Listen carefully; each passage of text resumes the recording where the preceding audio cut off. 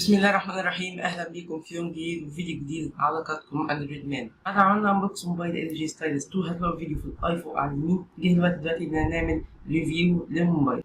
خلينا نبتدي في الفيديو على طول. انا محمد عادل ودي قناتكم اندرويد مان.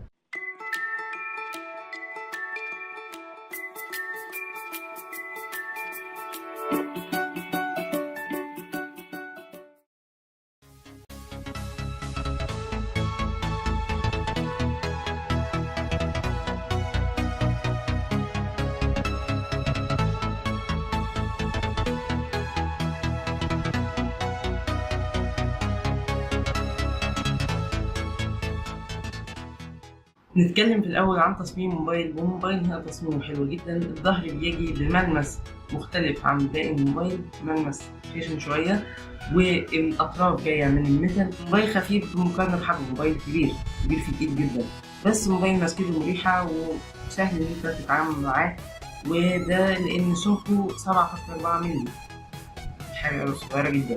شاشة الموبايل هنا بتيجي من شاشة LG، طبعا شاشات LG غنية عن التعريف. الشاشة IPS LCD، الشاشة حلوة جدا للاسف بالابعاد القديمة و HD مش فول HD، ودي بتواجه عليها صعوبة شوية، وخصوصا ان الموبايل بأبعاد 5.7 بوصة. الموبايل هنا بيجي بكاميرتين، كاميرا 8 ميجا بكسل اللي هي الكاميرا الأمامية، والكاميرا 16 ميجا بكسل اللي هي الكاميرا الأساسية. والصور اللي بتطلع هنا من الموبايل حلوة. هنا الفيديو بيصور فول HD في الكاميرتين، والخارجة هنا حلوة في النهار، ولكن في الليل الموبايل ما بيديش أداء كويس. لو بصينا على الموبايل من أي جنب مش هنلاقي أي زراير، ده لأن الموبايل هنا بيجي بالزراير بتاعته كلها من الضغط، واللي هما مكانهم مناسب جدا وحلوين جدا، بس للأسف مفهومش فينجر برينت. الموبايل هنا بيجي بمين USB، وكمان بيجي بهيدفون جاك. ولكن لو متضايق ان الموبايل ما فيهوش فينجر برينت، فشركة LG هنا ضافت لك ميزة مش موجودة غير في موبايلاتها بس، وهي ميزة نوك تو انلوك، هي انك بتعمل باترن من الخبطات على الشاشة في 4 مربعات الموبايل بيديهم لك عشان تفتح الموبايل، ده بالإضافة لميزة إنك تعمل بين باترن وباسورد. الموبايل بيجي ب 2 جيجا رام، واللي بتساعده في الألعاب، و16 جيجا مساحة داخلية للتخزين مع إمكانية إضافة كارت ميموري. ولكن الموبايل هنا في الألعاب بيبقى في اللعبة شخصيا بيبقى عادي، انما في اللودنج بتاع اللعبة زي مثلا لعبة اسفلت ايربورن، الموبايل خد وقت كتير جدا عشان خاطر يلود اللعبة. وطبعا مع موبايل شاشته كبيرة 5.9 بوصة لازم يجي معاه بطارية كبيرة. الموبايل هنا بيجي ببطارية 3000 ملي امبير،